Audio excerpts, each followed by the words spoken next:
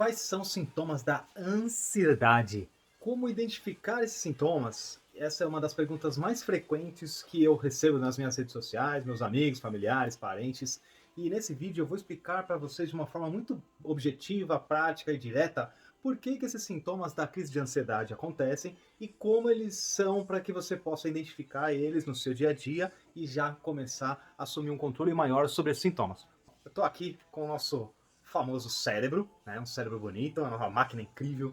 Eu sou Leandro Salles, personal trainer, trabalho na área de atividade física há longo de 15 anos e vou dividir esse vídeo aqui para vocês em duas partes, onde a primeira parte será do nosso cérebrozinho aqui desenhado e como o cérebro dispara o disparo da ansiedade. E na segunda parte eu vou falar o passo a passo de como o corpo responde a esse estímulo do cérebro e o que leva o nosso corpo a produzir essa ansiedade e como funciona tudo direitinho. Mas eu gostaria de, antes de começar, você compartilhar esse vídeo, curtir, compartilhar com seus amigos, com seus familiares, porque a gente trata aqui de assuntos muito pertinentes à sua saúde, ansiedade, exercício, atividade física, a fim de elevar aí o seu bem-estar, a sua qualidade de vida e melhorar a sua felicidade e harmonia no dia a dia. Bom, vamos lá? Então estou aqui com um cérebro maravilhoso, né? Ele tem aqui essa parte frontal do cérebro, nossa, e aqui a parte posterior, tem aqui a ilustração de uma cabeça para vocês identificarem. Então, toda informação que o nosso cérebro recebe, ela parte sempre dos nossos olhos, dos nossos sistemas sensoriais. Então, essa informação, a gente entende que é recebida pela frente. Parte principal que começa com uma ameaça. Essa ameaça ela pode ser real ou pode ser potencial, onde o seu cérebro vai perceber que, através do aprendizado e da memória dos sentidos, que isso pode ser uma ameaça real ou realmente você está passando por uma situação de medo, de perigo, ou uma ameaça, algo que não aconteceu ainda. Então, essa área, quando você recebe o estímulo através da via aferente frontal, que é uma ameaça, isso incita um componente do nosso cérebro chamado amígdala cerebral. E isso aciona, consequentemente, algumas manifestações. Quando essa ameaça acontece, ativa a amígdala, que, através de circuitos neurais, ocorre um aumento de alguns hormônios em nosso organismo. A amígdala ativa a nossa, né, adrenalina, que é produzida nas suprarrenais, mandando você para uma condição que é os hormônios adrenalina e cortisol. E isso ele fica bastante presente em uma condição liberada no seu sistema nervoso. Isso é desencadeado muitas vezes com um leão. Lembra quando você tinha, na nossa época primitiva, medo de um acidente de um animal? Pode ser uma ameaça de assalto, o medo de escuro, uma rua deserta, insegurança porque o namorado não te ligou, porque o marido não chegou em casa ainda, enfim. Ou uma situação de perigo mesmo, onde você vai se expor fisicamente a uma condição. Então, quando isso ocorre, a nossa amígdala, ela libera isso para suprarrenais, a produção de adrenalina e cortisol no nosso organismo. Já quando isso ocorre, assume uma condição que nós chamamos de resposta de luta ou de fuga. Por quê? É natural o nosso corpo estar diretamente ligado a duas respostas primárias. Ou você vai oferecer uma luta àquela situação para te preparar, ou para atacar o inimigo, essa ameaça, ou fugir, ficar longe dela. Então, ele vai liberar uma série de reações para fazer com que a gente ataque ou fuja. Vamos entender então o que isso leva no nosso corpo, qual que é a forma que o nosso corpo se manifesta nessas respostas juntos com essa condição automática. Então, aqui eu tenho aqui uma ilustração de um corpo humano e está representado de uma forma muito objetiva, didática, como que o cortisol e a adrenalina, principalmente a adrenalina, que fazem parte da nossa resposta de fuga ou de luta, agem no nosso corpo. Então, essas substâncias, esses hormônios, esses neurotransmissores vão agir nesses pontos que eu destaquei aqui. Então, em primeiro lugar, nós vamos falar sobre o cérebro. Qual que é a resposta da adrenalina no nosso cérebro? Faz com que a gente coloque a nossa atenção ao perigo.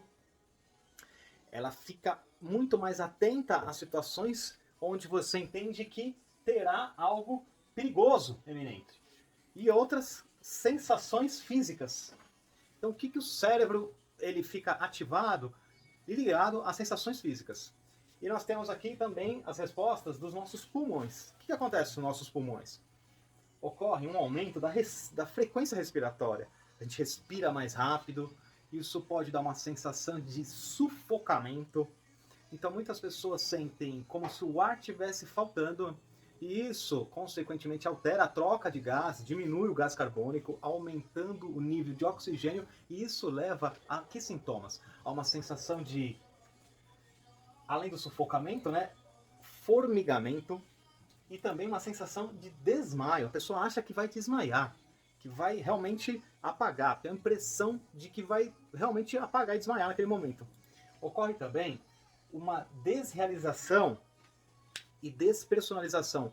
Isso devido a essa alteração dessa troca de gases que altera a nossa percepção que a gente tem de algo está diferente, o mundo está em outro, de ponta cabeça, a gente se enxerga fora do corpo, enfim. Isso tem a desrealização e a despersonalização. O que mais que acontece? Os nossos músculos, a adrenalina, manda uma mensagem para quê? Para que ele receba muito sangue. Então, o sangue naturalmente vai ser ofertado de maior concentração nos nossos músculos. Porque isso vai gerar o quê? Que nós teremos aí uma tensão muscular. Com o músculo hiperirrigado, eles ficam mais tensos e a nossa pele também tende a esfriar. Ou seja, saiu da pele e foi para o músculo. Então, a pele, a parte externa, fica realmente fria e também pálida. Por isso, quando a pessoa está numa situação de perigo, de emoção muito forte, não fala, nossa, você está pálida. Por quê? Houve uma redução de vascularização na periferia. Então, o que acontece também? Nós temos um aumento da temperatura corporal. Com o aumento dessa temperatura corporal, aumenta a sudorese. E a nossa saliva.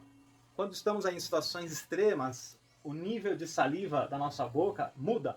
Afinal, todo o trato digestório, esôfago, canal respiratório começa a diminuir as suas funções e a sensação de boca seca, né?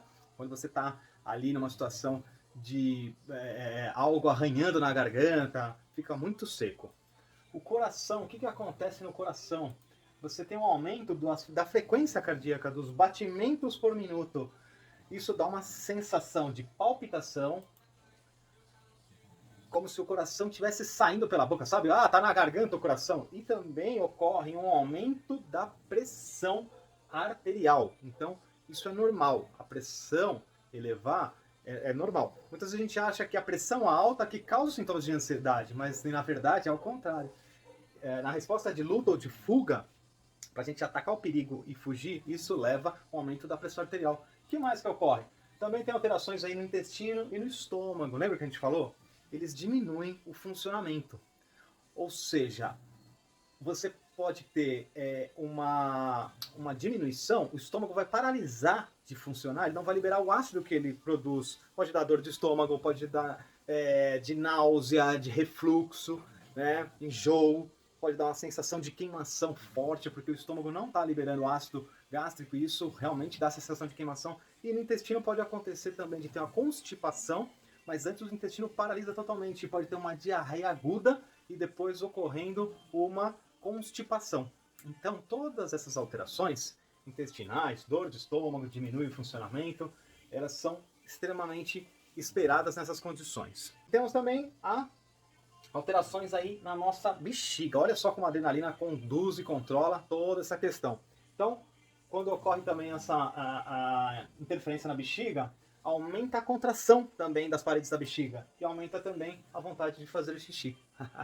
Olha só, né? Tô com muito medo, tô com muito nervoso. Muitas pessoas têm esse problema de não conseguir aí segurar o xixi. Oh, fez xixi na calça? É normal, efeitos da adrenalina. Então, tudo isso são nossas respostas de luta ou de fuga relacionadas às crises de ansiedade. O que é? O nosso corpo reagindo a ameaças ou para lutar ou para fugir. Porque tudo isso tem um objetivo. Isso faz com que nós tenhamos mais quantidade de energia no corpo, maior quantidade de sangue e oxigênio nos músculos para conseguir fazer esse processo. Só que quando isso acontece sem a gente estar observando essa ameaça, é tão real, ou se isso acontece várias vezes ao seu dia, pequenas ameaças, isso vai dando uma sensação de desgaste, vai consumindo a nossa energia e prejudicando muito a nossa capacidade de resolver problemas a longo prazo, de tomar decisão, porque a gente fica só ligado para os perigos e abre mão das emoções, como também isso também leva a gente a sentir pior a nossa concentração, o nosso corpo começa a diminuir o funcionamento, porque ele gasta muita energia para assumir todas essas manifestações. Então, quando esse mecanismo fica respondendo para ameaças constantes, várias vezes ao dia, é isso que gera o problema. Agora, o que é importante a gente entender quando a gente sentir isso? Tem uma condição que isso não é legal, é ruim, é desagradável, mas não é letal. Não é perigoso para a sua saúde a ponto de gerar uma ameaça à sua vida.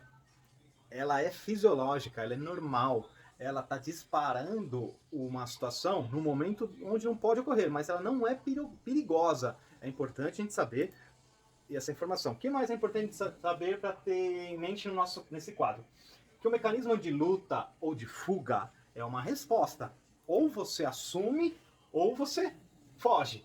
Então, quando maior a luta contra esses mecanismos, maior é o aumento da ansiedade.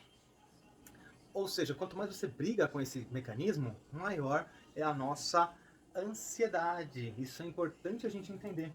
E o terceiro, que é a duração limitada dessa situação. Ela não é para sempre, ela tem um prazo pré-determinado que ela se instala no nosso organismo. Ela não dura para sempre. Ela não persiste por muito tempo. Ela sempre passa. Não tem como essa resposta ficar por muito tempo. Então essa resposta, essa reação de fuga, ela vai vai durar alguns minutos, não vai ficar muito tempo presente ali na sua situação. Então, vamos entender que no caso de síndrome do pânico, dura no máximo 30 minutos, né? Não é perigoso, apesar de ser muito ruim. E isso tem uma duração específica. E também, quanto maior é a sua luta, maior é o seu conflito com esse sentimento, maior vai ser a sua ansiedade. Então, essas três coisas são muito importantes para ficarem guardadas na mente de vocês. Legal? Bom, nesse vídeo eu quis explicar esse conceito que é muito importante sobre qualquer estudo, qualquer tratamento de ansiedade, você conhecer as respostas de luta ou fuga, que é um sinônimo da crise de ansiedade ou da crise do pânico. A ideia é vocês tentarem guardar esses três últimos princípios, porque a gente começando a incorporar isso devagar, não precisa fazer isso rápido, com senso de urgência, ele não ajuda, mas se a gente começar a incorporar essas três ideias no nosso dia a dia, ajuda muito a gente a assumir o controle maior da ansiedade e ajuda a gente muito a diminuir a chance desses sintomas acabarem com o nosso dia ou tirarem a gente dos nossos objetivos. Legal? Então isso é a primeira parte de qualquer tratamento de ansiedade. Conhecer a resposta de luta ou fuga e não ter medo dela. Tá bom? Espero que vocês tenham gostado do vídeo. Deixa aqui seus comentários. Se vocês sentem esses sintomas, se vocês já sentiram ou sentem outros sintomas, de repente coloca aqui, compartilha com a gente e seja individual, seja de alguém que você conhece, pode variar aí de pessoa para pessoa. Legal? Eu espero que vocês compartilhem e também deixem aqui os seus comentários mais uma vez. Tá legal? Então, fico muito feliz de vocês terem acompanhado até aqui e nos vemos no próximo vídeo.